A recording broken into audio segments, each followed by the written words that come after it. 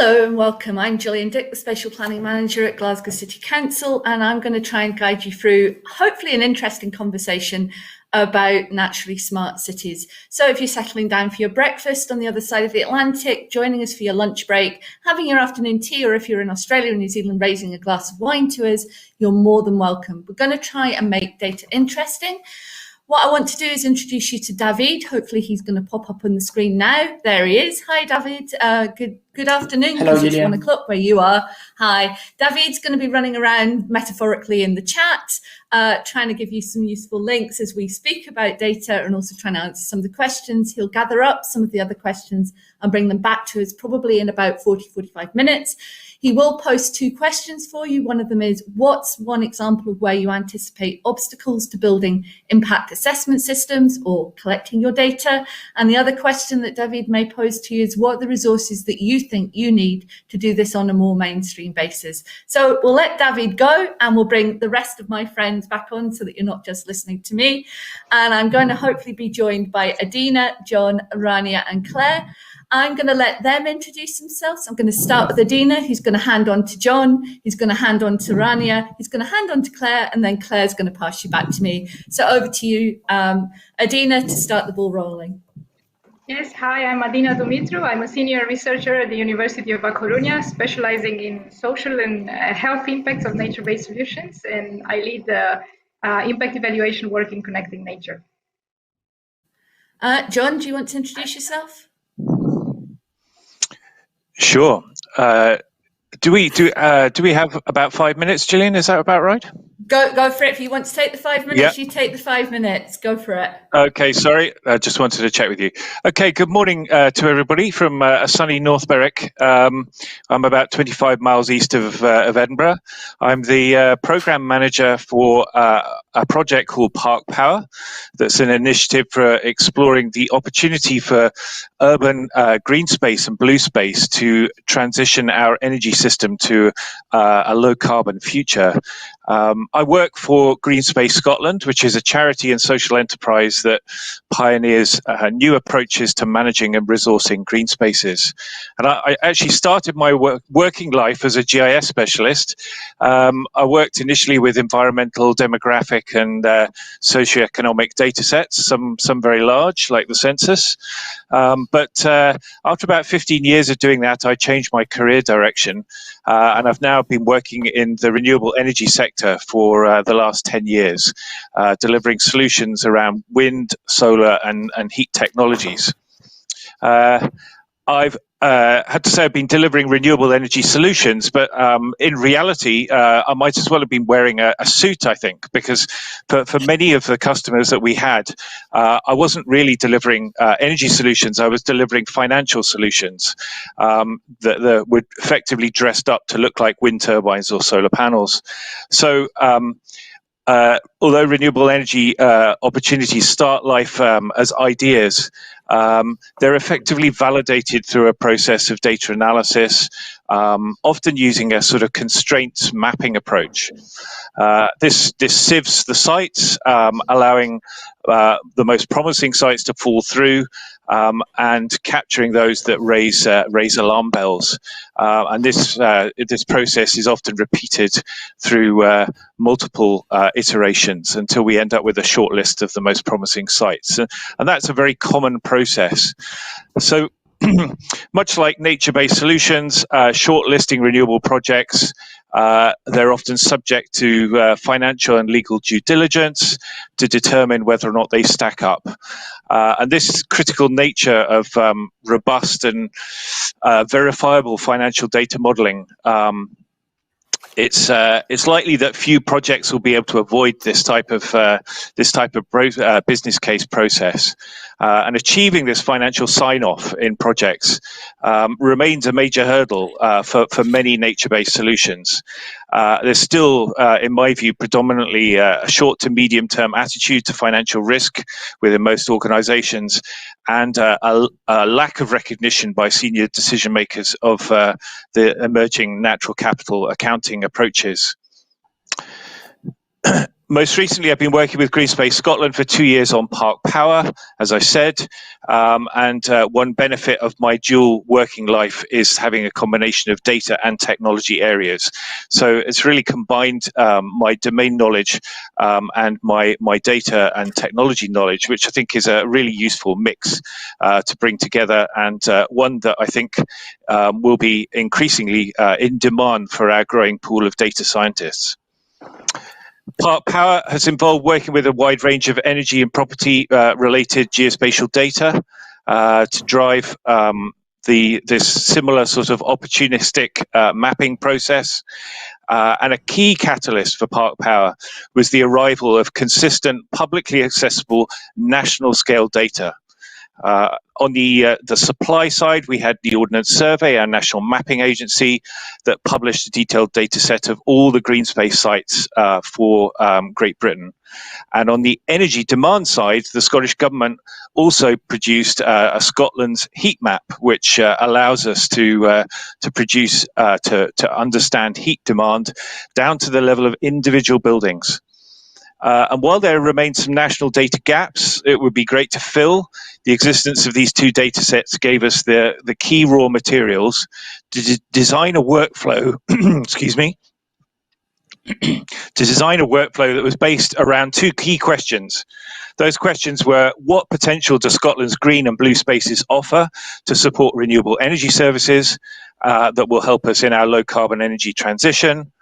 And the second question was, of the nearly 100,000 green space sites, which of those offer the most promising opportunities that could be developed as typical demonstrators? Those were our key sort of design questions that we came up with at the start. And everything from that point onwards in terms of data and workflow was based on trying to answer those questions. Now, instead of trying to stitch local data sets together, we kept to using consistent national geospatial data sets. We use GIS as a process to workflow and analyze that data. And our experience has been to keep this flexibility around this workflow model because things change and your understanding improves as you move through the project. So flexibility is really key in doing that. And we had examples where we wanted to do things like use the river network, but we were unfortunately prevented from doing that by commercial licensing fees. So there's all sorts of things that crop up along the way that you want to do, but you can't. That's brilliant, John. Yeah. John, that's brilliant. Thank you. So Yep. We'll catch up with some of those points as we get into the questions. Just want to give the others. Adina realised that she'd said hello and then hadn't said anything else. So I'm going to bounce very quickly back to Adina, and then I'm going to get Adina to pass straight over to Rania. Go for it, Adina.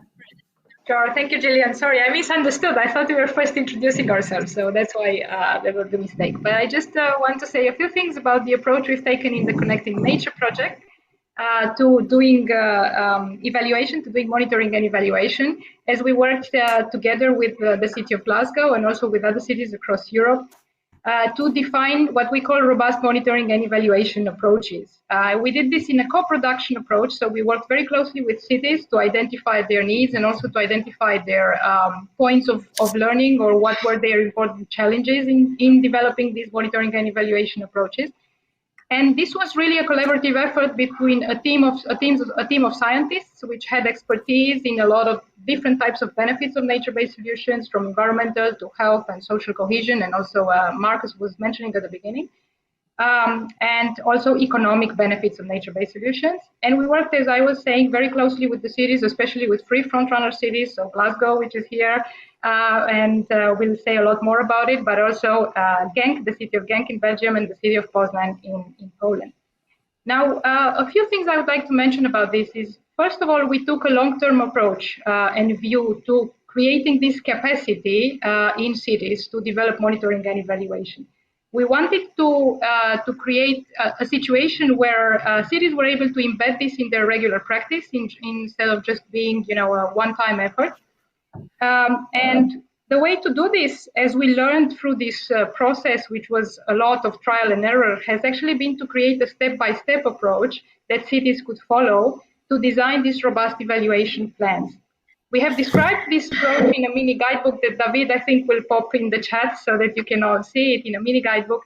that actually runs you through this process we've gone through from one step to the next. And we think at least it is of help to cities to kind of see a structured approach and be able to do it like that.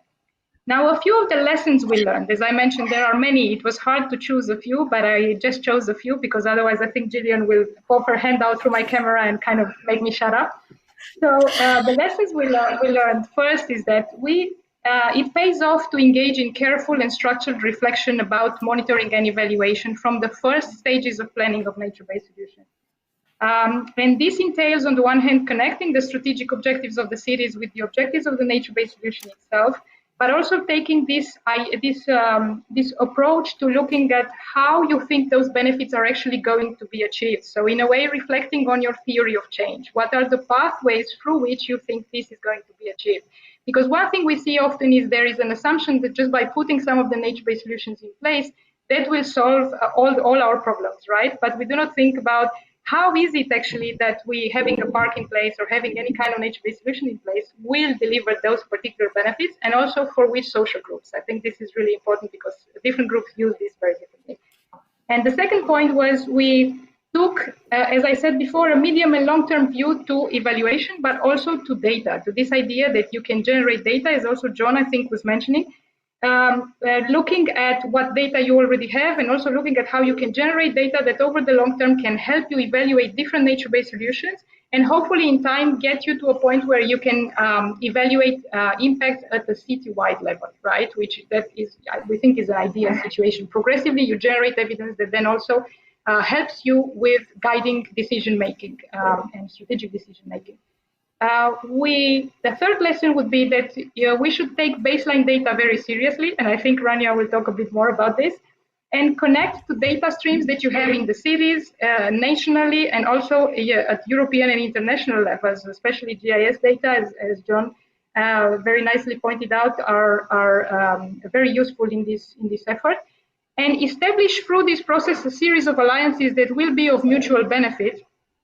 Because what we have discovered actually is that you have much more data than you think you have at the beginning, right? So there's much more data available than one thinks at the beginning.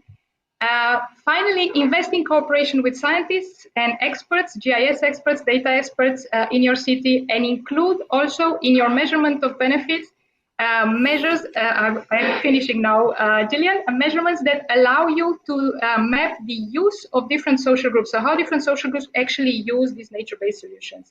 These are sometimes more direct measures that we need to have in place.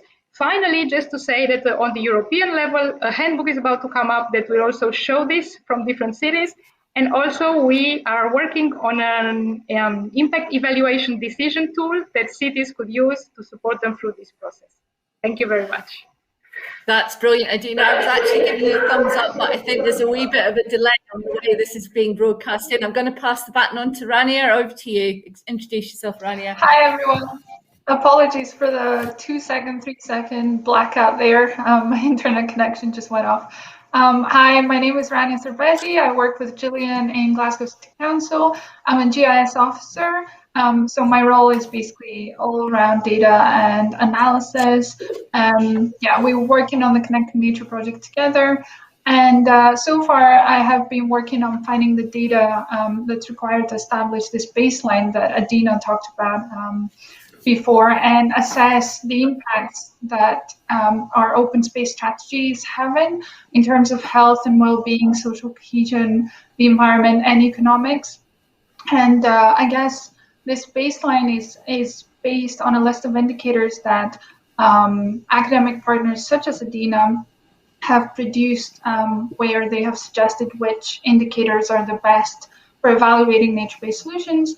And I've basically been trying to create that baseline and then assess how things are going in terms of the open space strategy. So apart from that, in my role, it's all about kind of innovating with new technologies, making sure that we use the latest tech on web mapping, and making sure that we represent everything in a map format, in an easily accessible format, and we represent the trends, the geospatial trends around all these different topics, and get people involved through dashboards and delivery plans and that kind of stuff.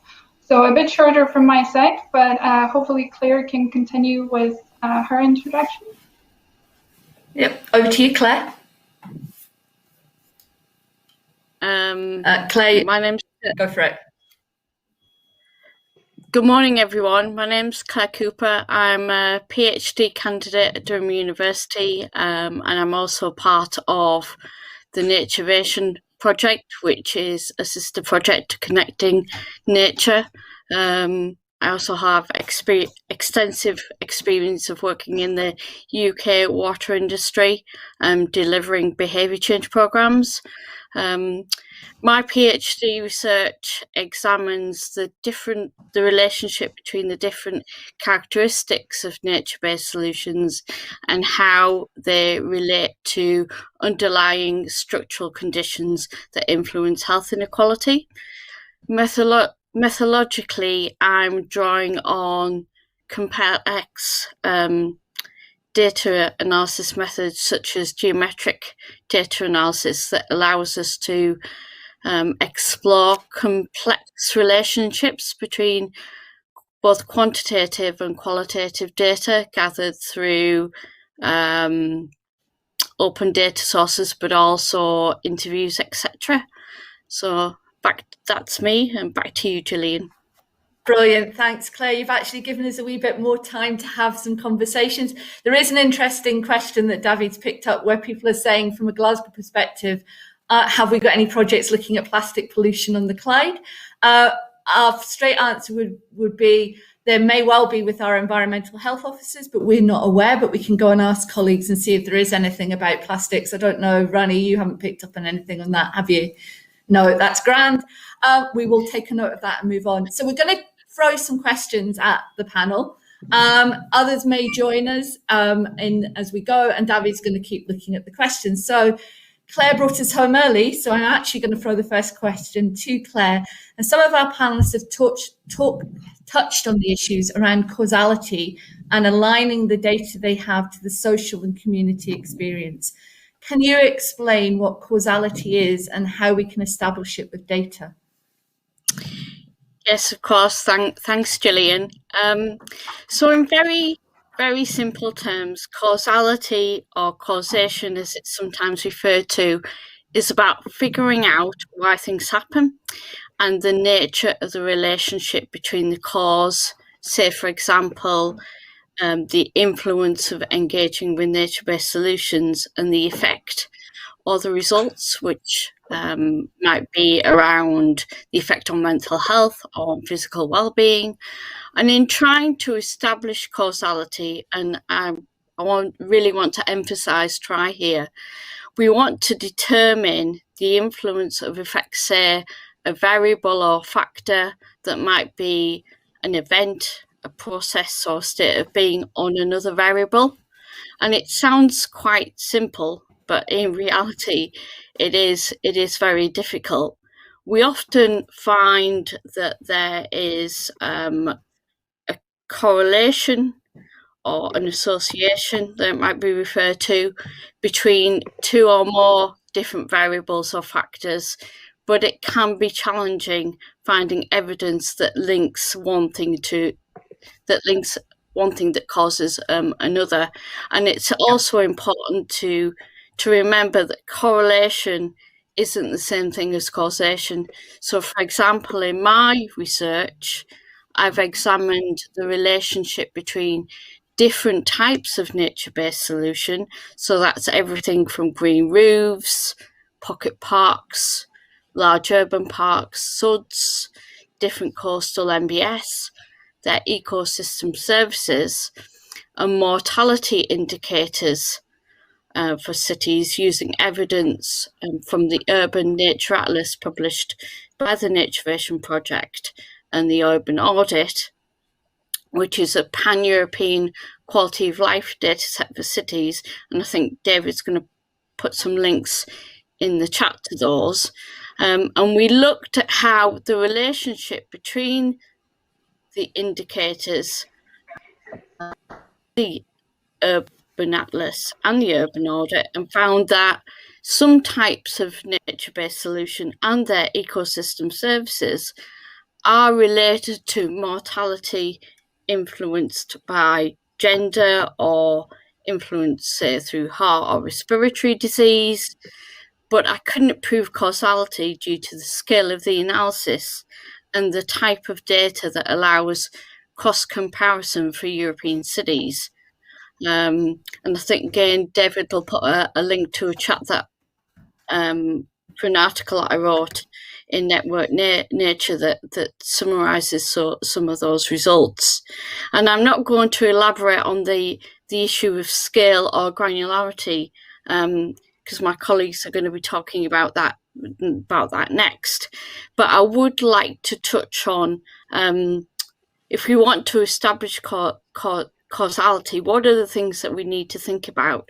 So first of all, we need to think about if there's a correlation between the dependent variables, so those are the factors that stand alone that aren't necessarily changed by the other variables that we're trying to measure, for example, age, and the dependent variables. So these are the things where we're looking to see whether there is a change or something that's been tested as part of an experiment.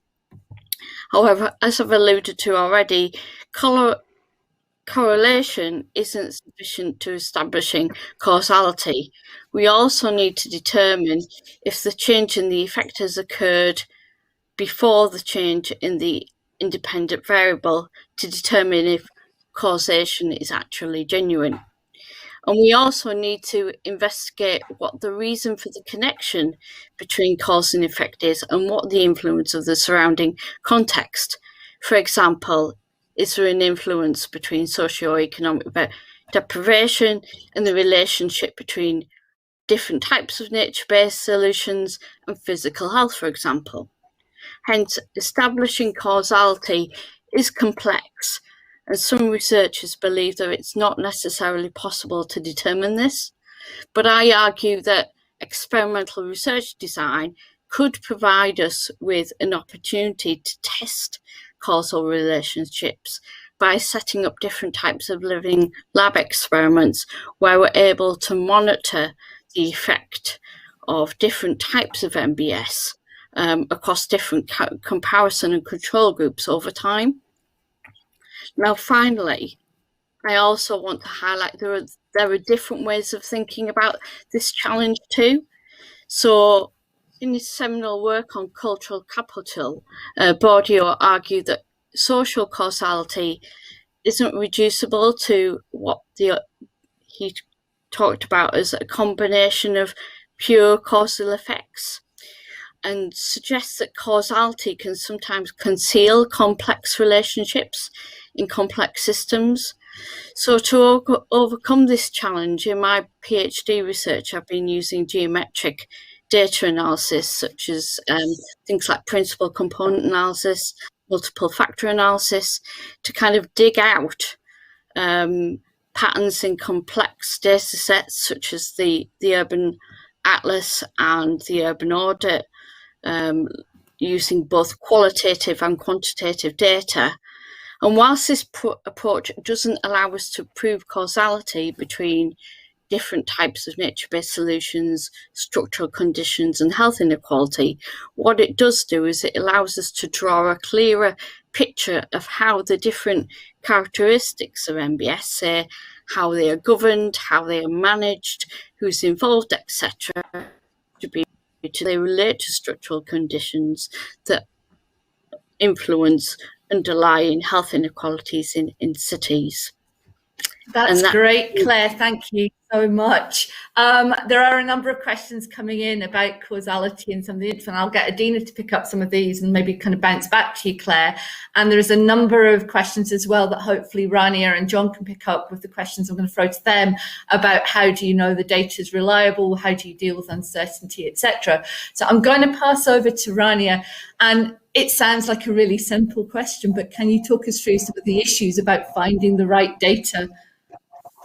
Yeah, I can go on. We've discussed this before for ages, so hopefully I'm going to try and keep it as limited as possible. But yeah, just wanted to talk to you about some of the main things that I have encountered in the past 2 years working on this. And like Claire mentioned before, granularity is one of the big ones, because you often don't get the data at the scale that you need them to in order to be able to make those kind of relationships and links.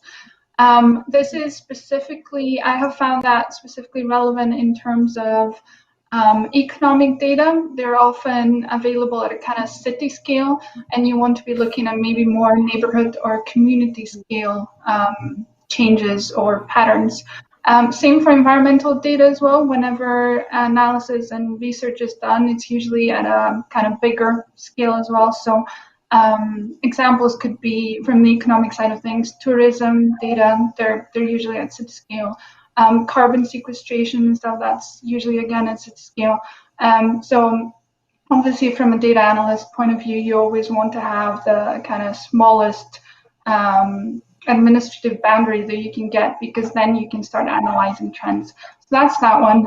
A related one is periodicity, and that's around the kind of timescales and the duration that the data is provided at. So this has actually been a major one for me in terms of health data, because related to confidentiality, public health organizations don't necessarily publish data at a kind of recent maybe interval, which means that you can never track the latest trends on things, and they're usually aggregated across multiple years.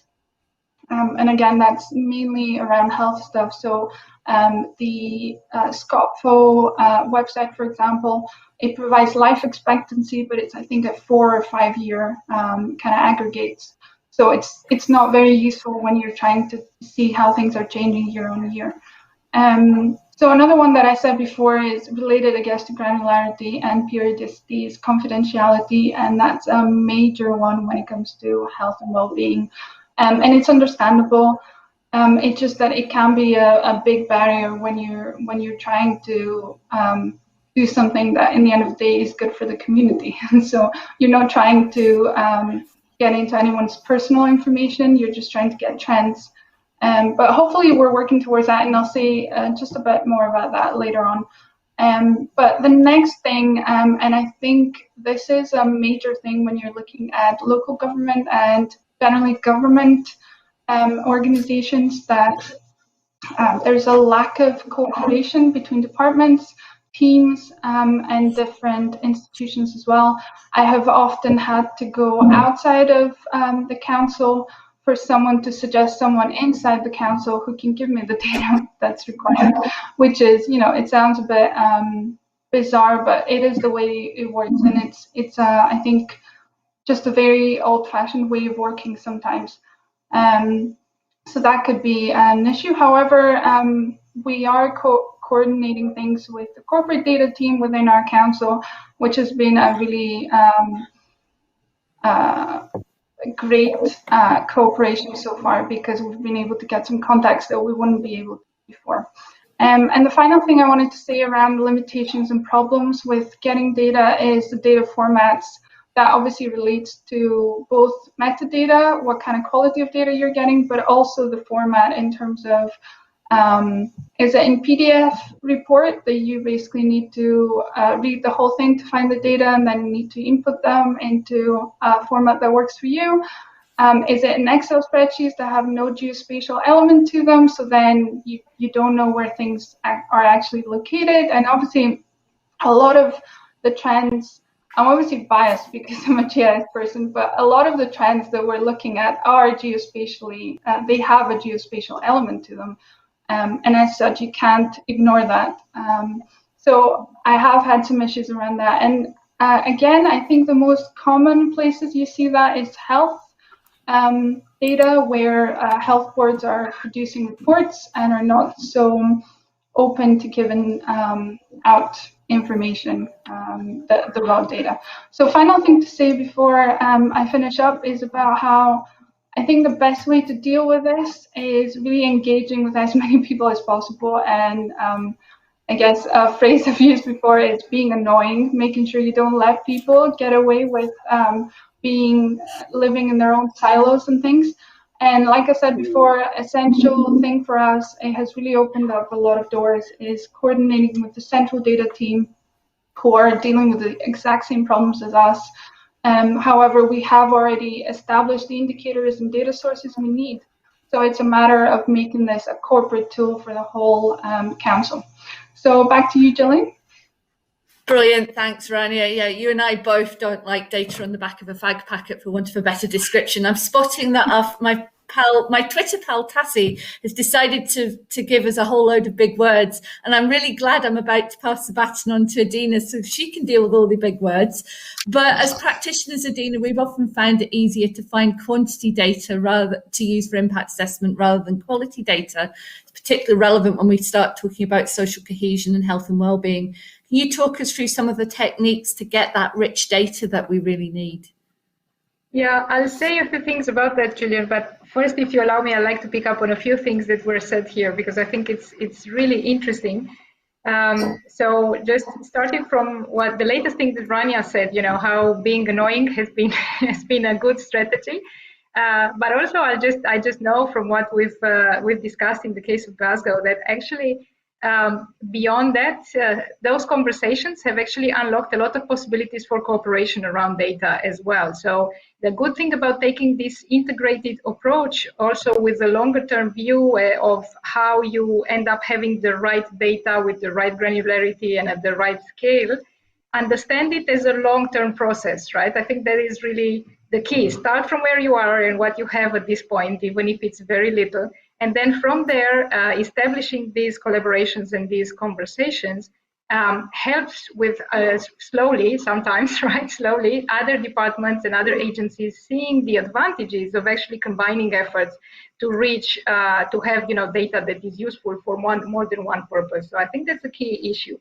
The other thing, related to what Claire has said, causality is a really complex issue, but it's also important that you solve some of these problems if you take it into account from the beginning, right? So if you take this seriously from the beginning, and we insist a lot on the idea that collaboration with scientists is very important because it makes life a lot easier in some ways, it makes it complicated in others, but it makes it easy in some ways. And there, what we have kind of recommended is this, as rules of thumb is, make sure you have before and after data as much as possible and in as many situations as possible. We all know that's an effort, but if you take a view of how this will develop over time and how this effort will contribute to your good data over time, that effort and investment might pay off. And then also the other sort of tricks in a way we use is comparative sites data, which is very complicated because we know it's very difficult to find neighborhoods or sites that are very similar to each other in socio-demographics and also urban planning conditions. But sometimes that is possible. And also the other thing we use sometimes is just comparing within the same neighborhood between people that are more exposed for a reason or another, they're more exposed or they use more the NBS than for people that don't. And we can also compare between those. That is as close as we can get to at least making some assumptions about causality, because as Claire very well explained, that's not, sometimes some scientists think it's not even possible. But anyway, we can say some things around that. And finally, just as to go back to Gillian's question, this, and it's related also to causality, just use mixed methods. Yeah, this is always the best approach, right? We have quantitative data in the cities, and even that quantitative data, so what we refer to as numbers, sometimes for social and health indicators, it's actually qualitative data. It's just expressed through surveys, right? So we sometimes think that because it's a number, there's some quantity to it.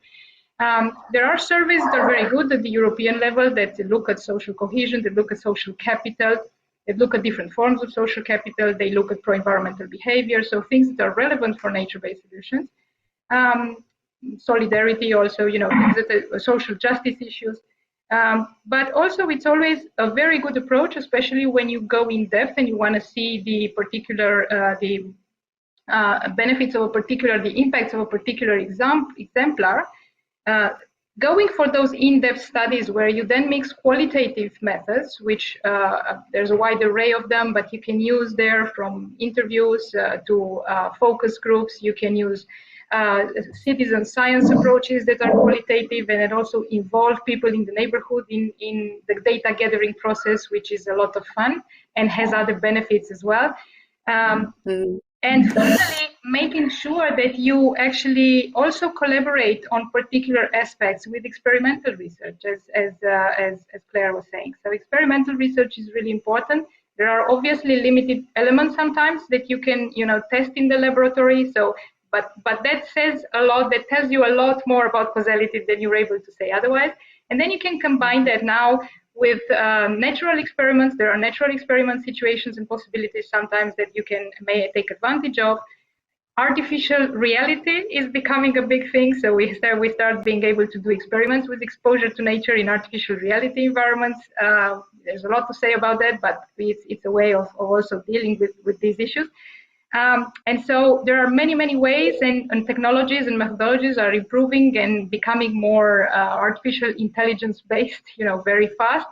So making sure you have an open conversation about this and make this a key issue within your city council, knowing that if you do this regularly, in a few years' time, maybe, if you look also at the 5-10 year span, you will start having a considerable amount of data that's going to be very useful in decision making and also in kind of guiding your future projects. So back to you. Brilliant. Thanks, Adina. I've just noticed that David's put a conversation over in the chat from a colleague of ours called Deirdre, who's talking about how volunteers collect data. And certainly what we're trying to do in the council is make sure we start to give them the tools to collect that data on a GIS basis so that we don't have to spend a lot of time translating it, which is what often happens if it's hand-drawn on a map or if it's drawn in a different way. I'm now going to bring us back down to a more a project-based but Scotland-wide. So the last question in this kind of series is for John. You've been focusing on a particular nature-based solution, namely Park Power.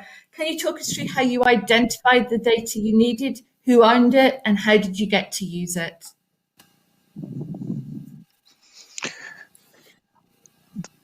Thank you, Gillian. As I said at the beginning, we came up with a couple of key questions that effectively defined the data that we wanted, but also the data kind of acted as a catalyst for the project as well, and the arrival of the data. So I guess there was a certain sense of designing the questions a little bit around the data, which I guess my academic colleagues will probably throw their hands up and say that's not a very good method. But in terms of practicality, understanding that, as my colleagues have said, understanding that you have a national consistent data set down to individual building level that could then be aggregated to any other geography was incredibly useful, and I totally agree with Rania's point on that. It's to have a data set that is down at that level of granularity was fantastic, and just big support for Scottish Government in creating and making this data set available for understanding how heat is being consumed across Scotland. So this data became available. The Ordnance Survey Green Space data also became available, and those were two sort of data sets that really jumped out for us. But there were a whole range of other data sets that we wanted to bring together, some of which were local, which we decided was going to be too time consuming. Some we would have liked to have had, but had commercial restrictions or licensing restrictions over, or license fees that were required. We didn't. We haven't used a lot of qualitative data, although I take the point that ideally a mixed method brings its benefits. There's I think a lot of those data sets have really sort of helped us to bring the project together and define what we wanted to get out of it. So that's Sorry, great. No, that's fine. It is that problem of what data you have. I'm going to pass to Adina, who's waving at me. I was just going to say, David, go for it. Adina, go. No, I just wanted to make a little comment, just a little reaction to what John was saying. John, I think organizing your questions around the data is a great starting point, and it's a very valid method. You can make use of the data for your objectives that's out there, and then from there you can see which data you're missing, and in the future you can gather new data. I mean, it's perfectly valid. It's a perfectly valid methodology. That makes me feel a whole lot better. Thank you. Yeah, it's like exactly. We're all kind of feeling in the dark here. We're all learning how we're going. There's been a useful kind of question, I think, from somebody saying, how do we collect our data for our perception of parks? Well, if the parks in Glasgow are working on how we gather your perception of parks, it's one of the things that we're working with Adina, and David is in the chat at the minute, and we've done a few experiments or trial and errors with the Bella Houston growing space, for instance, and with the growing space that's being developed in Drumchapel. And we're starting to look at how we develop a questionnaire for the people who are dealing with stalled spaces. So we're working on it. We're not there yet, but we are trying to get you the tools so that we can collect your information in a way we can use it, but we can give it back to you in a usable way. I'm going to give David another 2-3 minutes in the chat before he comes back to join. He's come back now. Spontaneous, that's great. But just while David's gathering the questions for us, this is slick. You've all seen my bits of paper flying off the side, I've realised, as I keep us going. So I'll never make a broadcaster at this rate, but hey ho. If you can all think about your key lessons that you've learnt, one key point, I'm going to ask David to tell us what's been going on in the chat. So over to you, David. Yes, there have been many questions about what you are commenting about, but many of them you have already answered them. But a very good question is, how does the panel advocate dealing with uncertainty in the data and getting robust indicator of the positive or negative change? This was one of the main questions, and another couple of questions were about causality and the importance of causality in the nature-based solutions, specifically in this kind of urban interventions. Okay, I'm going to start with Claire, and then I'm going to punt to Adina. So Claire, do you want to take that one first, please?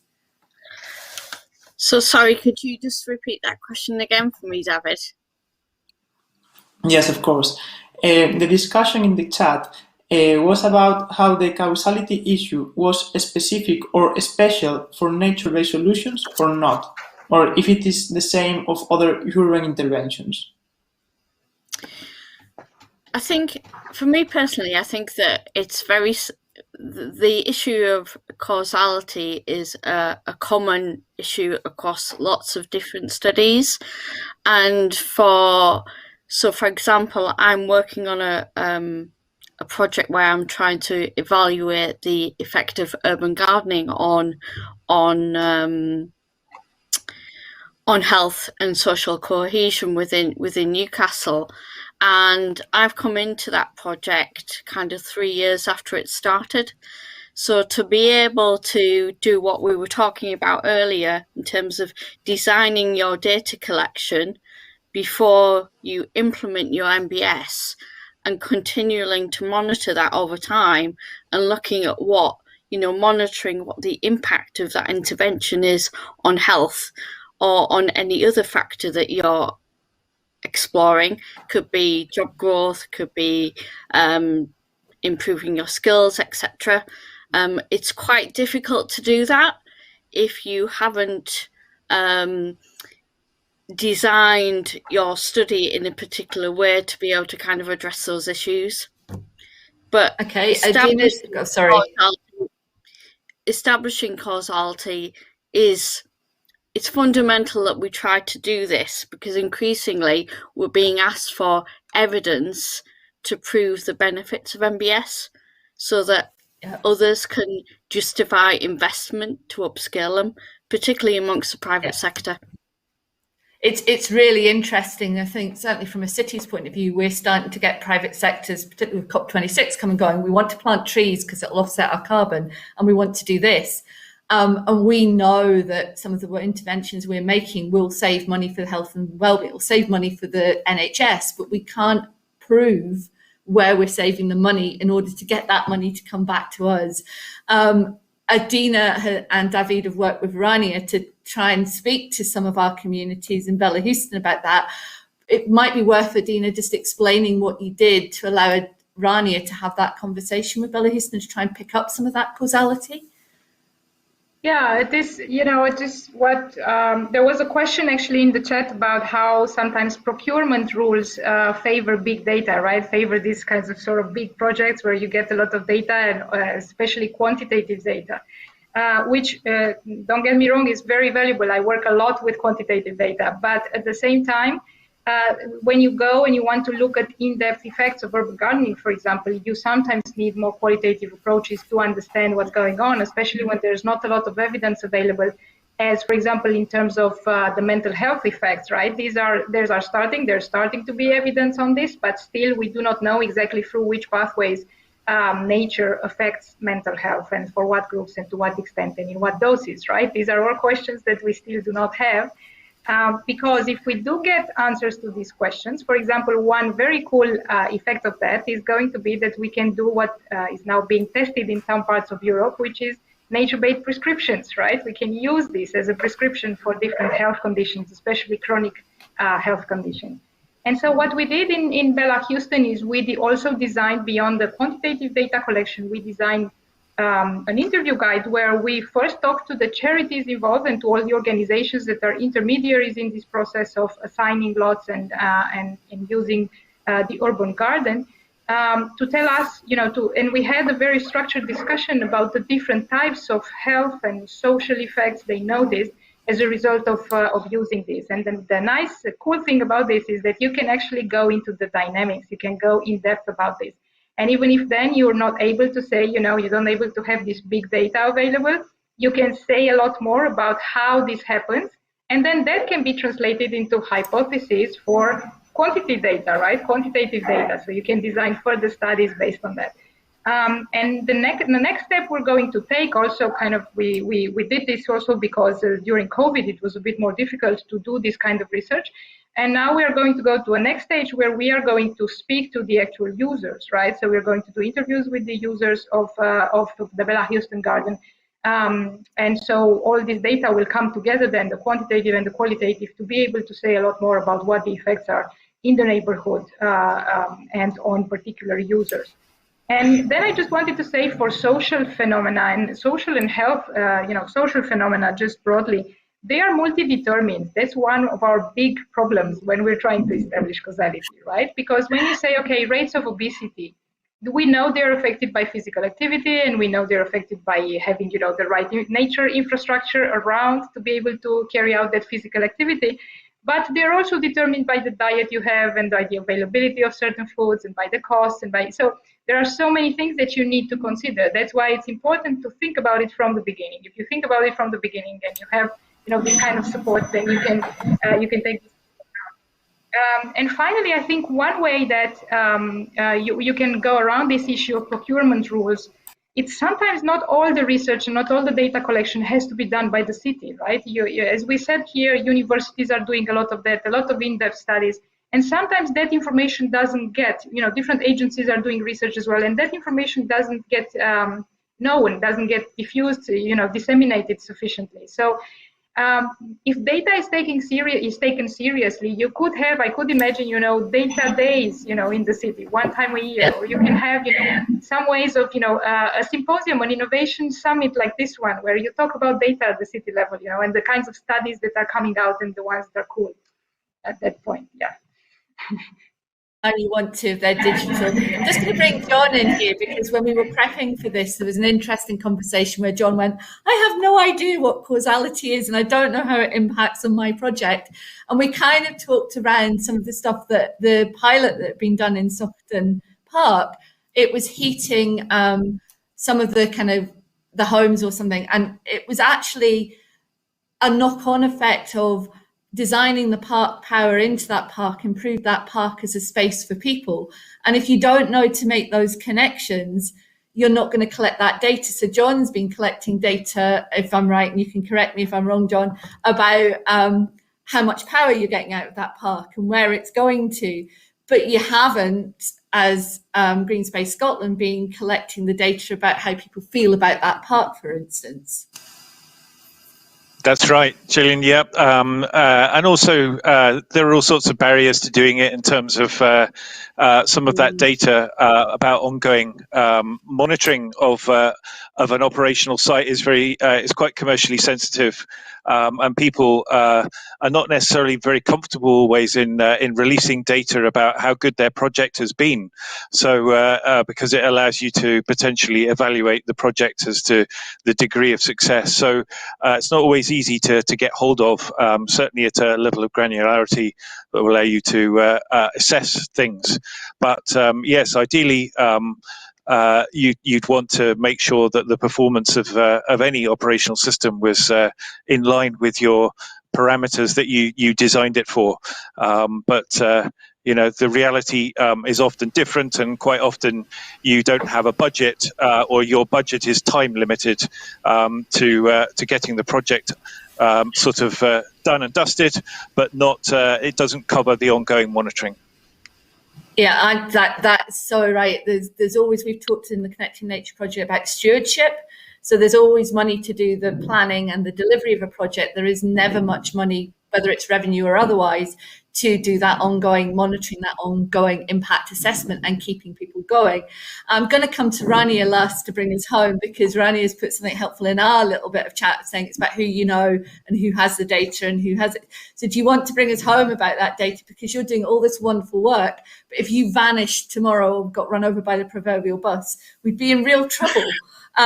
Because we'd need to find somebody else, and we'd have to go through 3-4 months of argument in the council to get a replacement. So, you know, what is the connections with the data, etc., Anya? Yeah, I was going to say, I think it's basically just reiterating what I said before. It's about making sure you engage with as many people as possible. Like Adina said, universities may be doing stuff and other organizations may be as well, but they don't always publicize that. And it's really important that you somehow break these barriers or make sure that you're at least aware of these things. And like I said before, it's through our interaction and cooperation with the central data team that we have opened up so many doors. Some that they didn't know themselves, and a lot that we didn't know. Yeah, it was just a complete, life-changing experience for me. Yeah, cool. We're getting a slight delay because we're broadcasting in, but it's fine. Just to bring it home, I'm going to go around everybody and say, what's the one lesson that you've learned before we hand back over to encourage people to go to innovation cafes, etc. So, Adina, what's the one lesson we should take away from this? Well, start by lowering a bit your expectations, but be optimistic, because you are also change makers in this. Every time you do this, you push the tipping point further in seeing gathering data as normal, right? And in getting the investments for this to be normal. I think in a few years from now, there will be no question that more funding needs to go to this. Okay, Claire, what's the one lesson we need to take away? When designing your data collection for your projects, talk to different people to make sure that you've got all different bases covered. There may be some things that you haven't thought about. Okay, cool. David, I know you've been buzzing around in the chat, so what's the one lesson we need to take away from this? I think that from the chat, they all agree with you in these ideas of the importance of causality. I think that that's the big lessons that we all learned today. Okay, thanks. John, what's the one lesson we should take away from today's chat? I really like Rania's point about the importance of human relationships being utterly critical to allowing us to share. So having not just data skills, but human skills too. And also the good old rule of thumb of a third for a third of your resources for data collection, a third for doing your data analysis, but critically a third of your resources for knowing your audience and how to present your data correctly to them and communicating it effectively. Cool. Rania, what's the one thing we should take away from today? Well, to be honest, I think it's been covered by everyone, but one thing to say is make sure your parameters are designed properly before you go into your actual analysis, because if you don't, then you'll get no results. So similar to what Claire was saying. Okay, my takeaway is data is fun. GIS, seeing data in any form is fun. I have now turned into a data geek in the last 4 years in connecting nature, as well as a disruptor, as some of you might have heard me described yesterday. So I will carry on being disruptive, and I will carry on demanding that I get all my data geographically, because I want to play with maps. And just as a pointer, I saw a really cool thing on National Library of Scotland maps. They've now 3D'd some of their old maps. So if you really want to get lost in data, I suggest going there if you have a spare few minutes. But at the moment, come and join us in the innovation cafes. They're about to start. I'm about to hand over to Sean, but before I do, it's amazing how quickly an hour can go by. Hopefully everybody in this virtual room has enjoyed this chat, even though we've judded, even though I've thrown bits of paper around because I kept forgetting you could see everything I was doing. But at least you maybe laughed. If you're on the other side of the world, hopefully you've raised a glass or two of us. If you're over in the Americas, hopefully your breakfast was great. If you've been chomping through your lunch to get back, hopefully we have entertained, we have inspired, and we've been a little bit innovative in the way that we've talked about data. So we haven't bored you with graphs or show and tells or whatever. If we have inspired you, get in touch. You can connect to us all through all the stuff in the back of this platform that we're using. You can send us messages, just pull up our name, or you can email us at our workbases or tweet us, and we will try and come back to you and try and help you. We already have a connection because Adina and Claire want to talk a bit more because they've gone snap with some of the stuff that they're doing. And Rania and John are already talking because we're working on the Park Power. And David's just thinking, thank God I'm out of the chat and I can now relax and collapse in a heap. So we're all going to collapse because we managed to get through this without it freezing, without us juddering, without too many accidents. We're so delighted you joined us.